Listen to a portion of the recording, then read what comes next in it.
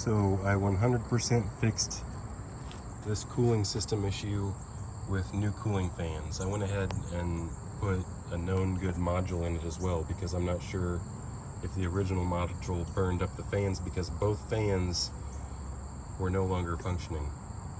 Now it's working. You turn on the AC, both fans kick on. So the other thing I'm going to do, well, first off, let me go ahead and explain. It's not that hard, but I did kind of tweak this hose right here just a hair to help me get that out. But stuff like that's not a big deal if you're really gentle with it. I just pushed it back into place. Otherwise, I would have had to unplug it and get transmission fluid everywhere and that kind of thing. So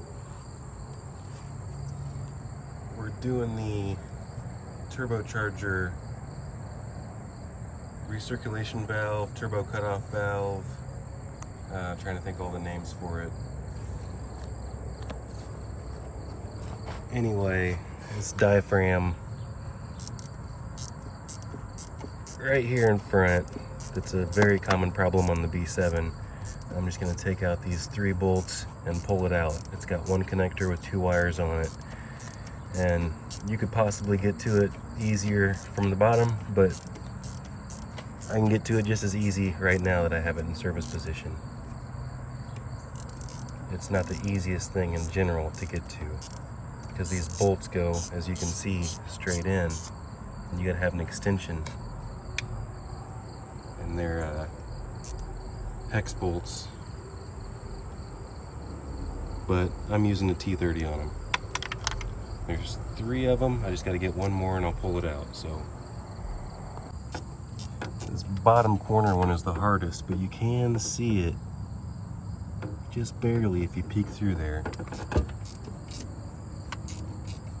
So I already got the connector unplugged.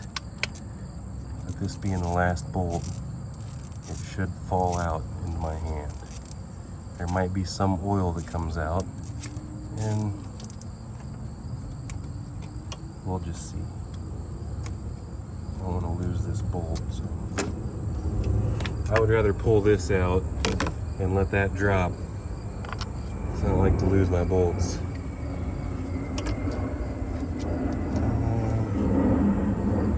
There we are.